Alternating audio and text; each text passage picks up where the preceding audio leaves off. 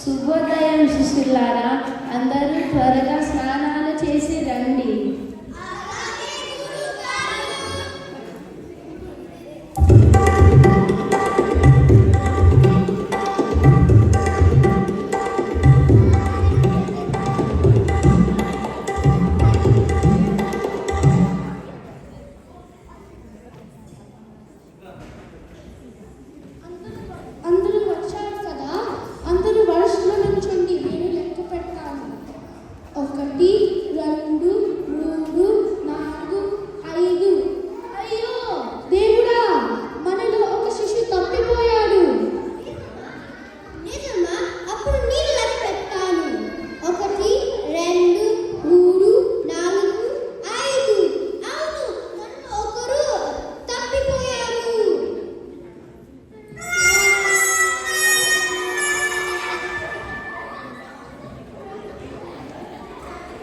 ఏమైందిరా?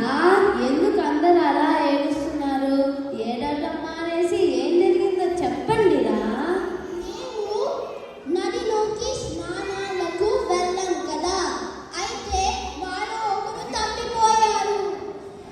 అందరూ ఉన్నారు కదరా, ఏది ఒకసారి మళ్ళీ లెక్క పెట్టండి. 1, 2, 3, 4, 5. చూసారా గురువుగారు, వారు ఒకరు తప్పిపోయారు. తెలివి తక్కువ దద్దమ్మలారా, మొదటి నిన్ను లెక్క పెట్టుకొని తర్వాత మిగతా వాళ్ళు లెక్క పెట్టాలిరా. ఏది ఒకసారి మళ్ళీ లెక్క పెట్టు. అలాగే గురువుగారు. 1, 1, 2, 3, 4, 5, 6. అందరూ ఉన్నారు కదా. భలే భలే భలే భలే గురువుగారికి జై. భలే భలే భలే భలే గురువుగారికి జై. శిష్యులారా, మీరేదన్నా తెలివిగా ఆలోచించారా? వీలైతే సాయం చేయాలి కూడా. అలాగే గురువుగారు. అరే, ఇప్పటి నుంచి మనకు తెలివిగా ఆలోచించాలిరా. ఇప్పుడు రెండవ ఘట్టం. అదిగో అక్కడ చూడండి, ఒక రైతు ధాన్యం మూట మోసుకుంటూ చాలా కష్టపడుతున్నాడు. ఓయ్ ఆగయ్యా, మీరు చాలా కష్టపడుతున్నారు. మేము మీకు సాయం చేస్తాము.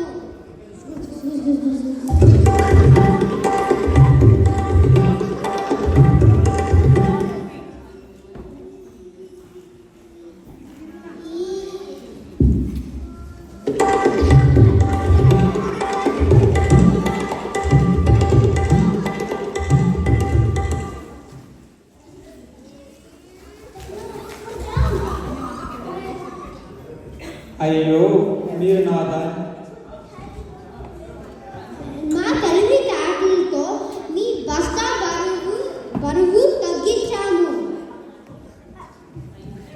అయ్యయ్యో, నా ధాన్యమంతా నేలపాలు చేశారు కదయ్యా.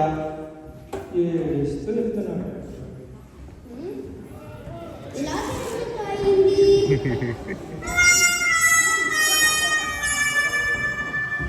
ఇంతకీ ఏం జరిగిందో చెప్పండిరా.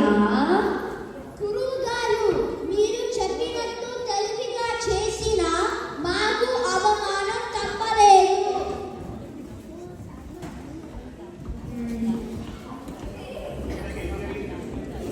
ఇంతకీ ఏం జరిగింది?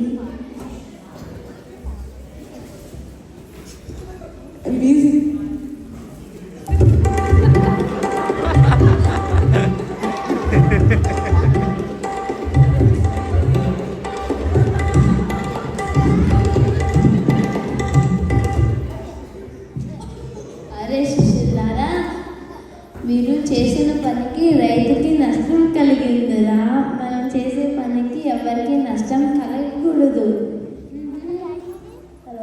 అలాగే గురువుగారు. భలే భలే భలే భలే గురువుగారు.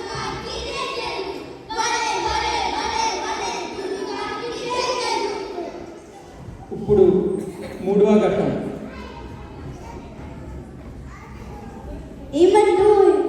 ఏమిటి? వర్షాలు కారణంగా 2 నెలలు మీరు ప్రసంగాలకి వెళ్ళకపోయేసరికి ఇంటిలోని సరుకులు అన్నీ అయిపోయాయి. మీరు తేగలరా? అవునా? అయితే రేపే మా ప్రయాణం. శిష్యులారా, రేపు మనం గ్రామానికి వెళ్తున్నాము. అందరూ సిద్ధంగా ఉండండి.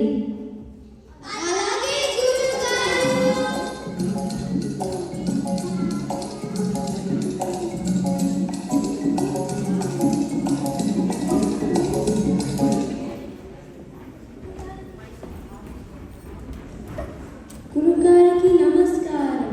మీరు చాలా రోజులైనాక మన ఊరికి వచ్చారు. మీరు విశ్రాంతి తీసుకోండి. ఈ రాత్రికి మీ ప్రసంగానికి మేము ఎదురు చూస్తున్నాము. ఊరి ప్రజలారా, మీకు నా పైన ఉన్న అపారమైన అభిమానానికి ధన్యవాదములు. కానీ నాకు వయసు మళ్ళింది. నేను ఎక్కువసేపు కూర్చోలేను. అందుకని పురాణ కాలక్షేపం బాధ్యతలు నా శిష్యులకి ఇస్తున్నాను. శిష్యులారా, మీరు పురాణ కాలక్షేపంకి మంచిగా చక్కగా చదువు చెప్పండి.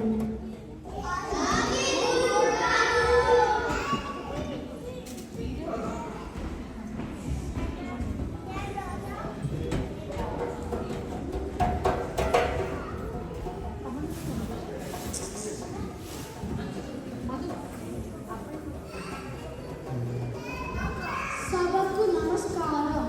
ఊరు ప్రజలారా, నేను ఈరోజు చెప్పబోయే పురాణం గురించి మీకు తెలుసా? తెలుసు. అలాగే తెలియవాలని ఏమి చెప్పినా తెలియదు.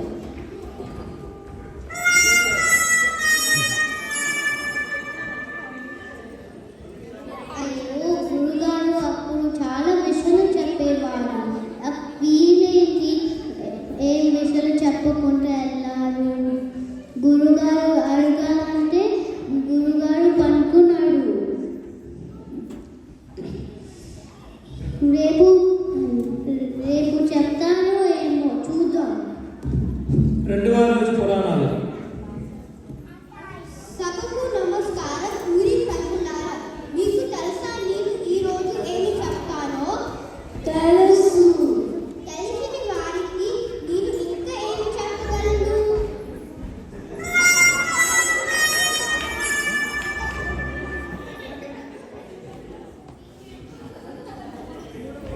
రేపైనా చెప్పారు. రేపు చెప్తారో చూద్దాం.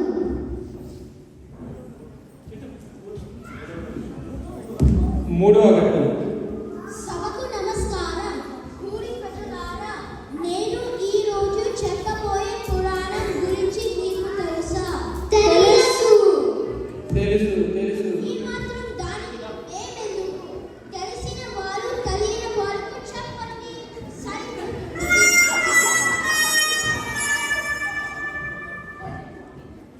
వీరేం చెప్పలేదు.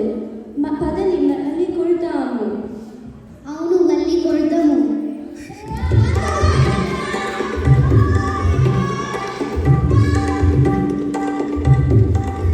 ఓరి దేవుడా, నా శిష్యులు ఏదో ఘనకార్యం చేసినట్లు ఉన్నారు.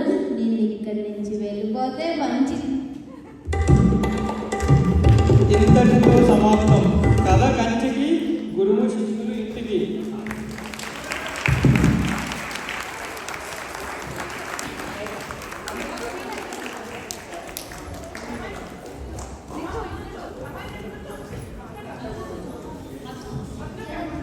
అందరూ బాగా అభినందించారండి. చాలా తక్కువ టైంలో బాగా నేర్చుకొని చేశారు.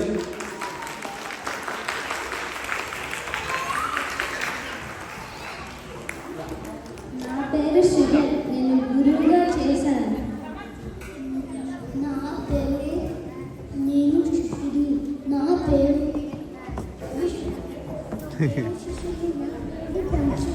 నా పేరు శ్రేయన్. నేను శిష్యుడు చేశాను.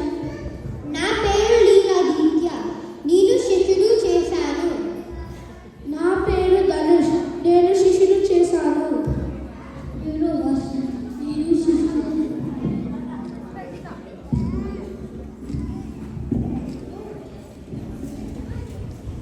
పేరు యుక్తామృత నేను గురుగాని పాలు. నా పేరు లాస్య నేను గ్రామస్తురాలు. నా పేరు వర్ణిక, నేను గ్రామస్తులు చేస్తున్నాను. నా పేరు థామ్ ఆర్. నాకు వాయిద్యం చేసు. ఇక్కడ ఒక విషయం చెప్పాలండి, పిల్లలకి ఎన్ని చప్పట్లు తగ్గుతాయో వాళ్ళ తల్లిదండ్రులకు కూడా అన్ని చప్పట్లు తగ్గుతాయి. ఎందుకంటే ఈ డ్రామాకి స్క్రిప్ట్ రాసింది, డైలాగ్స్ రాసింది అన్నీ వాళ్ళ పేరెంట్సే కాబట్టి. అందుకే అండి ఎప్పుడు దీన్ని మనబడి అంటారు. మాకు నిజం మేమందరం చాలా అదృష్టవంతులు. మేము ఎంత కష్టపడతామో అంతకంటే ఎక్కువ తల్లిదండ్రులు కూడా కష్టపడతారు. వాళ్ళందరినీ చాలా బాగా తప్పించుకుంటారు. కాబట్టి పిల్లలకి ఎన్ని చప్పట్లు తగ్గుతాయో వాళ్ళ తల్లిదండ్రులు కూడా అన్ని చప్పట్లు తగ్గుతాయి.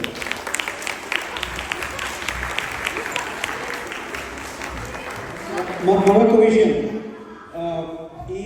ఈ కార్యక్రమం కోసం ఈ తల్లిదండ్రులు పిల్లలతో ప్రాక్టీసే కాకుండా ఓన్గా సొంతంగా ఈ డిఐ వాటి కూడా చేశారండి. ముఖ్యంగా హరి గారు, మధు గారు దీని గురించి చాలా కష్టపడ్డారు. వాళ్ళతో ప్రాక్టీస్ కానీ ఇంట్లో హార్మోన్స్ కానీ